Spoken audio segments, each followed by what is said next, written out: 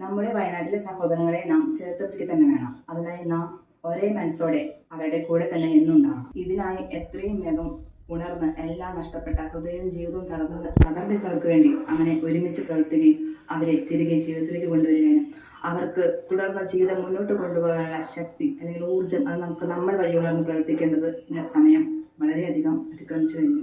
ഒരുപാട് സഹായങ്ങൾ അവർക്ക് ലഭിക്കുന്നുണ്ടെങ്കിലും നമ്മളാൽ കഴിയുന്നത് നമ്മളെ പോലെയുള്ള സാധാരണക്കാർക്ക് ഇതേപോലെയുള്ള കുഞ്ഞു കുഞ്ഞു സമ്പാദ്യങ്ങൾ ഉണ്ടായിരിക്കും നമ്മുടെ കയ്യിൽ അല്ലേ. നാളേക്കായിട്ട് നമ്മൾ ചിന്തിക്കുന്ന കൊച്ചു കൊച്ചു ആഗ്രഹങ്ങളൊക്കെ അതൊക്കെ നമ്മൾ മാറ്റി വെച്ച് ഇതേപോലെയുള്ള കുഞ്ഞു സമ്പാദ്യങ്ങൾ നമ്മുടെ അടുത്തുള്ള അസോസിയേഷൻ മുഖേനയോ കുഞ്ഞു കുഞ്ഞു സംഘടന മുഖേനയോ നമുക്ക് അല്ലെങ്കിൽ അയൽക്കൂട്ടം മുഖേന കുടുംബശ്രീ മുഖേന അങ്ങനെ നമുക്ക് നമ്മുടെ മുഖ്യമന്ത്രിയുടെ ദുരിതാശ്വാസ നിധിയിലേക്ക് നമുക്ക് സംഭാവന ഇതേപോലെ ചെയ്യാവുന്നതാണ്. അങ്ങനെ സുരക്ഷിതമായ കൈകളിലൂടെ നമ്മുടെ സഹോദരങ്ങളുടെ സുരക്ഷ നമുക്ക് ഉറപ്പുവരുത്താം.